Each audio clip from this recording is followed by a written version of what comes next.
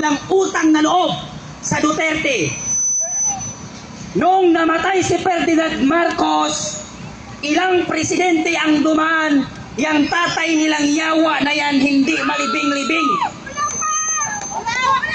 Ngayon, naging presidente si Rodrigo Roa Duterte, ipinalibing ang kupal na tatay mo, Marcos. Ipinalibing ang tatay mo. Ngayon napalibing ang tatay mo at ikaw ang naging presidente ng Pilipinas. Wala ka mang utang na loob. Ikaw man yung unang bumira sa Duterte administration. Tignan mo ang pinagkaiba noong panahon ni Duterte at ngayong panahon ni Marcos. Noong nangampanya si Marcos, pag ako ang nanalo, taas noong nagsasabi ang 1 kilong bigas ay 20 pesos na lang.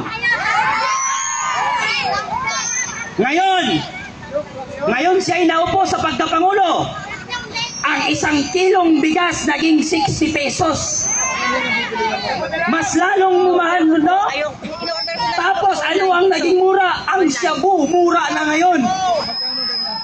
Shabu doon, shabu dito, shabu doon, red doon, shabu lahat. Bakit? Kasi bangag ang ating Pangulo, adik na adik pa rin ang pinamumunuan. At ang mga adik ngayon, hindi na sila natatakot. Tinatawanan lang nila ang presidente. Bakit nila tinatawanan? Kasi ang presidente mismo pag kinu-question, tinatanong about sa mga problem ng community, ng bansa, kumakamot ng ulo. Kay walang alam. Mr. President, anong dapat nating gawin? Kasi sa Bicol namamatay ang mga tao, nilulubog ng baha, abay lumingon ang kupal.